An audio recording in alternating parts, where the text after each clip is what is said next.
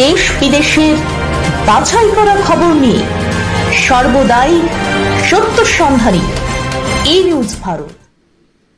নমস্কার, ই নিউজ ভারতে আপনাদের সকলকে স্বাগত। শুরু করছি ওয়েদার আপডেট। আপাতত দক্ষিণবঙ্গে বৃষ্টি কিছুটা কমলেও আবারও বুধবার উত্তর পশ্চিম এবং পশ্চিম মধ্য বঙ্গোপসাগরে একটি নিম্নচাপ তৈরি হতে পারে বলে আশঙ্কা করছে আবহাওয়া দপ্তর। এই প্রভাবে দক্ষিণবঙ্গে বিক্ষিপ্ত হালকা থেকে মাঝারি বৃষ্টি হলেও কমতে পারে বৃষ্টির পরিমাণ। তবে বাতাসে জলীয় বাষ্পের কারণে অস্বস্তি বাড়বে। আগামী বুধবার দক্ষিণ চব্বিশ পরগনা, বৃহস্পতিবার পশ্চিম মেদিনীপুর এবং ঝাড়গ্রামের কিছু অংশে ভারী বৃষ্টির পূর্বাভাস রয়েছে।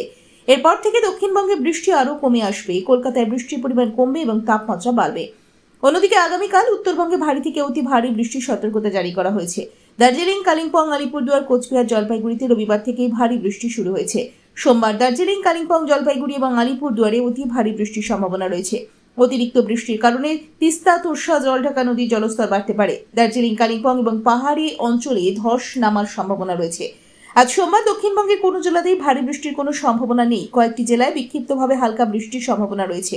আজ কলকাতায় রৌদ্রোজ্জ্বল দিন। আজ কলকাতা ও তার পার্শ্ববর্তী অঞ্চলে দিনের সর্বোচ্চ তাপমাত্রা 32 ডিগ্রি সেলসিয়াস, সর্বনিম্ন 28 ডিগ্রি সেলসিয়াস, অনুভূত তাপমাত্রা 41 ডিগ্রি সেলসিয়াস।